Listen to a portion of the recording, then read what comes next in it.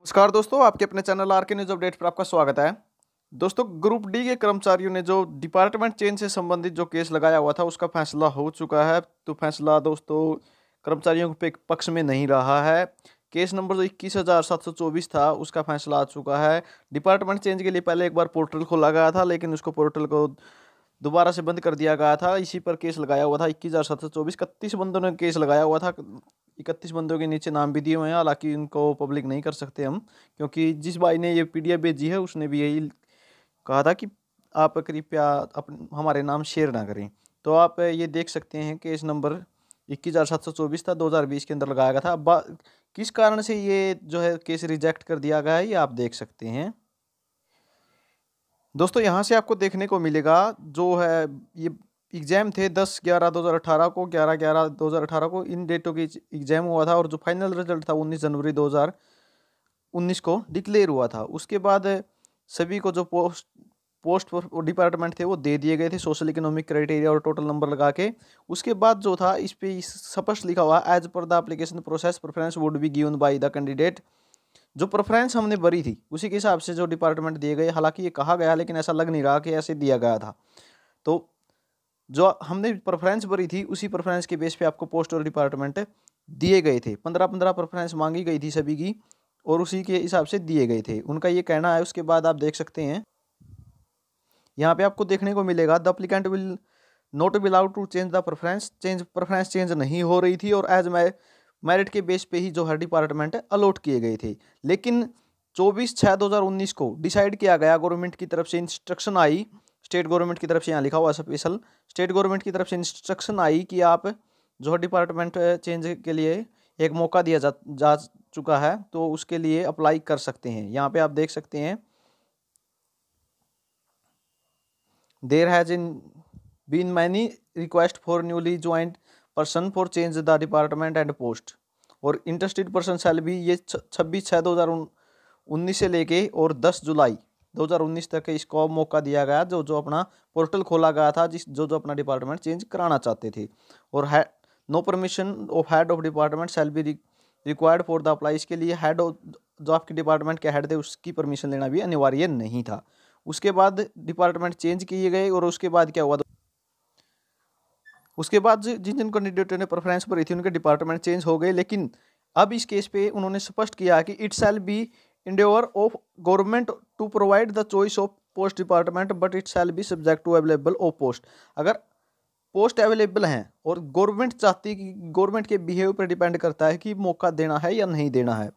तो it is also worthwhile to mention the here the Haryana staff selection as a nodal department. जो HSSC का nodal department है, उन्होंने जो ग्रुप डी के जो एम्प्लॉय जो नए सेलेक्ट हुए थे उनको सॉफ्टवेयर सिस्टम के हिसाब से जो है पोस्टें दी थी। उन्होंने जो प्रेफरेंस भरी है उसी प्रेफरेंस के बेस पे, जो आपने प्रेफरेंस बनाई है भरी हुई है, उसी के बेस के आपको डिपार्टमेंट दिए गए हैं। इस बेस पे ही उन्होंने जो है ये जो केस है रिजेक्ट किया है। और यहाँ पे आप देख सकते हो firstly system will check first post, सबसे पहले जो पहली पोस्ट भरी थी आपने वो चेक करी है। उसके बाद अगर वैकेंसियाँ खाली नहीं थी, if there is vacancy available then the candidate will be allotted to vacancy and remove from the list of candidate. If there is no vacancy, तो अगर वैकेंसी नहीं थी तो नेक्स्ट वाला जो है आपकी जो प्रेफरेंस है वो उठाई गई है। और उसके बाद क्या कहा है कि if even after excused all the department candidate does not gate vacancy, अगर आपने जो 15 डिपार्टमेंट नहीं भरे थे, अगर उनकी पोस्ट पे प्रेफरेंस में वैकेंसी नहीं थी, तो तभी आपको जो है अलग जो 74 डिपार्टमेंट है उनमें से पोस्ट दी गई है। और उन्होंने इसी बेस पे आपको जो है डिपार्टमेंट अलॉट किया है। और केस रिजेक्ट होने का मुख्य कारण भी यही रहा है कि उन्होंने यही स्पष्टीकरण दिया है कि HSSC की तरफ से जो डिपार्टमेंट आपको दिए गए हैं वो सीट ना खाली होने के कारण दिए गए हैं, और अब दोबारा मौका सरकार की बिहेव पर डिपेंड करता है कि आपको दिया जाए या ना दिया जाए। आप नीचे देख सकते हैं। तो दोस्तों, आपको यहाँ देखने को मिलेगा यहाँ पे state government to provide the preferred post department wide one time opportunity to change the post of department, but due to the reason of being lower in merit the petitioners could not be given the post department their preference, or needless to say that the process of revolution was only an effort on the part of government which was subject to the availability of the post. अगर जो पोस्टों की संख्या पे depend करता है, neither it was mandatory और nor any group D employees has right to get the post department as per her choice. मतलब कि कर्मचारी की इच्छा पे डिपेंड नहीं करता कि वो किस पोस्ट पे जाएगा या किस डिपार्टमेंट के अंदर जाएगा, ये डिपेंड करता है कि पोस्टें कितनी खाली हैं। उन्होंने यही स्पष्टीकरण दिया गया है और यहाँ पे लिख दिया कि hence in view of the fact mentions above the prayer of the petitioner is devoid of merit and hereby rejected. इस कारण से ये केस को रिजेक्ट किया गया है।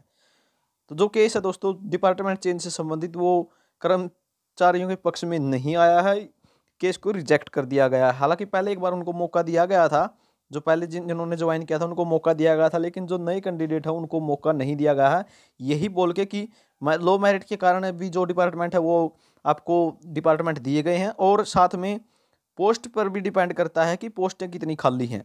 इस कारण से, और ये डिपेंड करता है कि सरकार चाहती या नहीं चाहती है एक बार आपको मौका देना। और डिपार्टमेंट जो है एचएसएससी के सॉफ्टवेयर सिस्टम के द्वारा दिए गए हैं, इन्होंने ये भी स्पष्टीकरण दे दिया है। और साथ में ग्रुप डी का एम्प्लॉई पर डिपेंड नहीं करता कि उसकी चॉइस क्या है, ये डिपेंड करता है कि पोस्ट खाली है या नहीं। दोस्तों जानकारी अच्छी लगी होगी, जानकारी को शेयर जरूर करें, और अगर डिपार्टमेंट चेंज वाले कैंडिडेट इकट्ठे होते हैं तो कुछ बात बन भी सकती है इसके बारे में। तो जानकारी को शेयर जरूर करें, सब्सक्राइब कर लें चैनल को। थैंक यू दोस्तों।